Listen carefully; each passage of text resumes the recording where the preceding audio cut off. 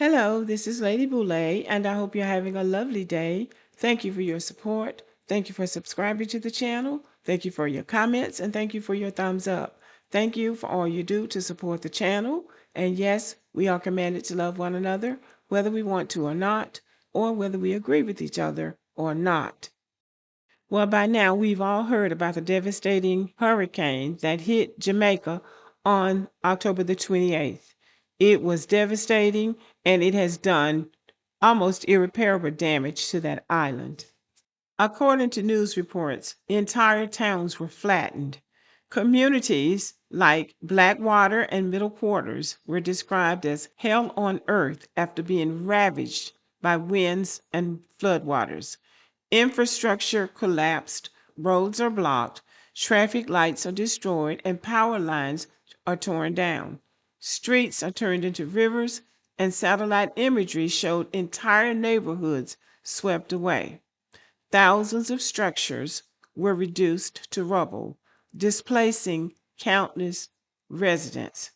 At least 19 people were killed in Jamaica, with the overall regional toll nearing 50 across Jamaica, Haiti, and the Dominican Republic.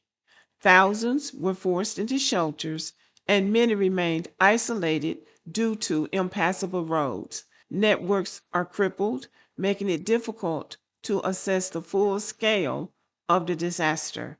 The Prime Minister, Andrew Holness, declared the entire island a disaster area.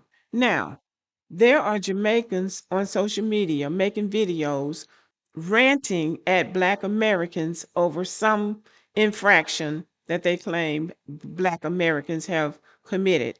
I did hear one lady complaining about the accommodations and amenities at one of the hotels. And she went on about the food, and if the food was not adequate, it was not. She was not lying. Based on what she showed that they had served them, it was not. It was as if they had not prepared at all for the hurricane.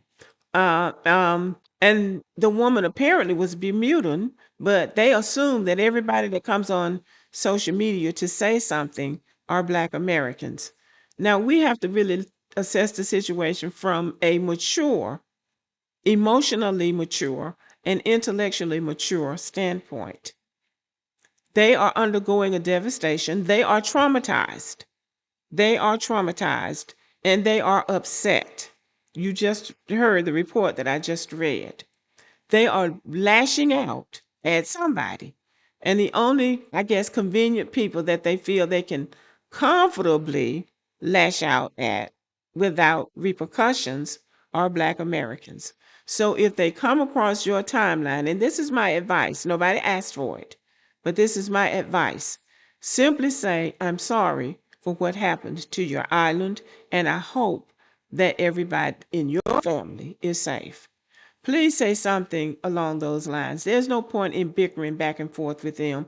It's not going to accomplish anything. Black Americans are not responsible for that natural disaster. We have natural disasters in the United States all the time. In 2011, Tuscaloosa, where my family lives, was hit by a devastating tornado like never before. Nothing like it had ever hit the town before. It destroyed miles of homes, of infrastructure, the whole area, one area, practically a whole swath of that area had to be rebuilt. So it is very, very devastating. It's frightening when something like that happens to you. And Black Americans, I don't believe that any Black Americans lashed out at anybody, even white folks. Maybe a few. I don't even remember anybody lashing out at anybody the way the Jamaicans are doing, because they've come across my timeline too.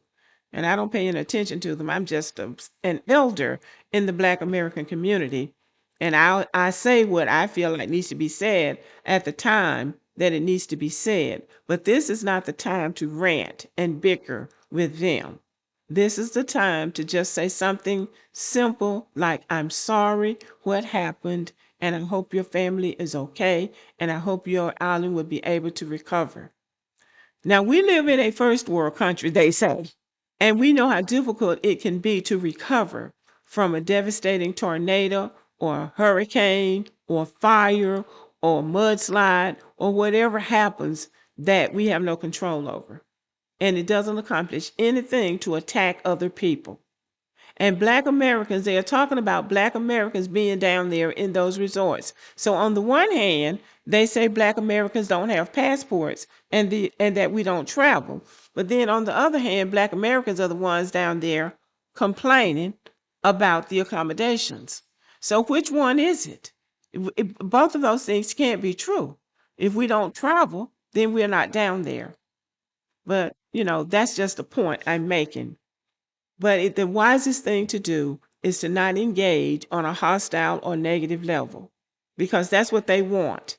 They want something else to say to Black Americans, people that they're already angry at, and nobody knows why.